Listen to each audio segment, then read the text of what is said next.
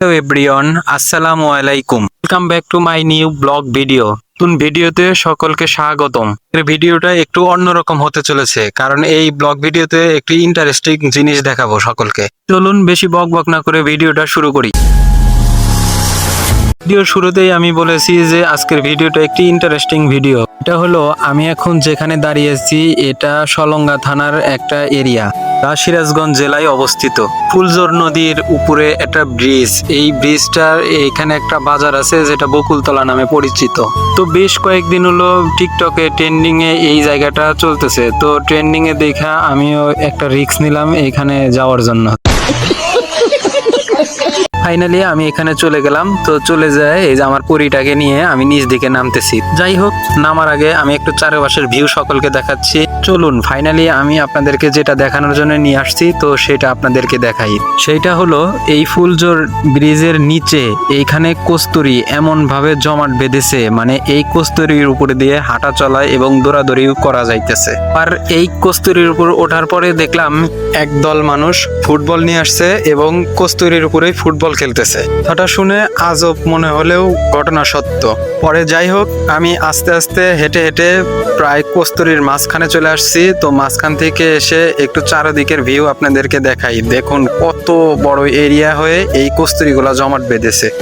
এটা অবাক করার মতো একটা বিষয়, আজব বিষয় এই কারণেই যে এইখানে যদি কস্তুরী না থাকে, এইখানে পানির ভিতরে প্রায় 5-6 মানুষ দাঁড়াইলেও মনে করেন পানি থাও দিবে না। অথচ সামান্য কস্তুরী এসেরা এমন ভাবে আটকিছে, কস্তুরীর উপরে এতগুলা মানুষ উঠে আছে অথচ কস্তুরী কোথাও ডুবছে না। তবে এটা ডুববে আমি অনেক জায়গায় লক্ষ্য করেছি এবং দেখেছি, কারণ অনেক জায়গায় কস্তুরী পচে গেছে। পচার কারণে সেখানে একটু চিপচিপা পানি আছে, কিন্তু এইখানে অনেকেই জানে না যে পাড়ায় দিলে নিচে ডেবে যাবে, আর এইখানে মানুষ ডেবে গেলে আর সে উঠতে পারবে না, এটাই স্বাভাবিক। তবে আমি অনুরোধ করি, আমার এই ভিডিওটা যারা দেখছেন এবং এইখানে যারা যাচ্ছেন তারা তো অবশ্যই সাথে ছোট বাচ্চাদের নিয়ে যাচ্ছেন, কিন্তু বাচ্চাদের নিয়ে কেউ এখানে দয়া করে উঠবেন না। আর উঠবেন না এই কারণেই বললাম, কারণ এটা একটা মরণ ফাঁদের মতো এই কস্তুরীটা আটকেছে। এখন আমি জানি না কি কারণে এখানে কস্তুরীটা আটকে গেছে।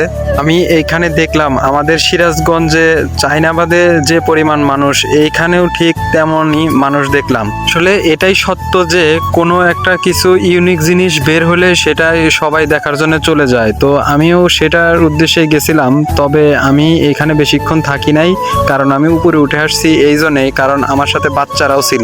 দেখলাম যে আল্লাহ না করুক যদি কেউ এখানে আটকে যায়, তাকে তোলা একদমই অসম্ভব। তাই বেশি দেরি না করে আমি সরাসরি এই ব্রিজের উপরে চলে আসছি। অর্থাৎ এই ব্রিজের উপরে এসে দেখলাম একটু নিচের ভিউ সকলকে দেখানোর চেষ্টা করি। তবে যাই হোক, আমি এই গ্রামীণ দৃশ্যটা দেখার জন্যই গেছিলাম। আসলে এই গ্রামীণ দৃশ্যটা অনেক সুন্দর, যারা আমার ভিডিও দেখতেছেন তারা অবশ্যই বুঝতে পারছেন।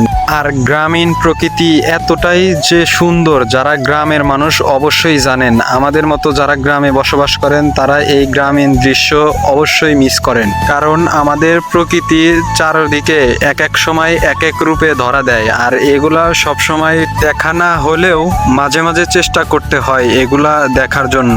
আসলে এগুলা দেখলে মন এমনিতেই ভালো হয়ে যাবে, আর এটাই বাস্তব জীবনের সবচেয়ে বড় উদাহরণ। যাই হোক, আমি এবার একটু ব্রিজের অপর সাইডে নামলাম এবং নাইমা একটু হাঁটতেছি, কারণ এক পাশে একটু রোদ ছিল, রোদে থেকে একটু অন্যরকম লাগলো। তাই যে পাশে রোদ নাই, তো আমি সেই পাশে একটু চলে যাওয়ার চেষ্টা করতেছি। এই পাশ থেকে আপনাদেরকে একটু ভিডিওতে দেখাবো। তো যাই হোক, আস্তে আস্তে সন্ধ্যা হয়ে আসছিল, কিন্তু তারপরেও দর্শনার্থীদের ভিড় কমছিলই না। তো যাই হোক, চারদিকে আস্তে আস্তে সন্ধ্যা নেমে আসছিল। তো এখন বাড়ি ফেরার পালা। তো সেই উদ্দেশ্য নিয়েই আমি ছোট এই ব্লগটি এখানে শেষ করব। তো আবারও দেখা হবে কোনো একটি নতুন ব্লগে। ততক্ষণ সবাই ভালো থাকুন, সুস্থ থাকুন। টাটা, বাই বাই, আসসালামু আলাইকুম।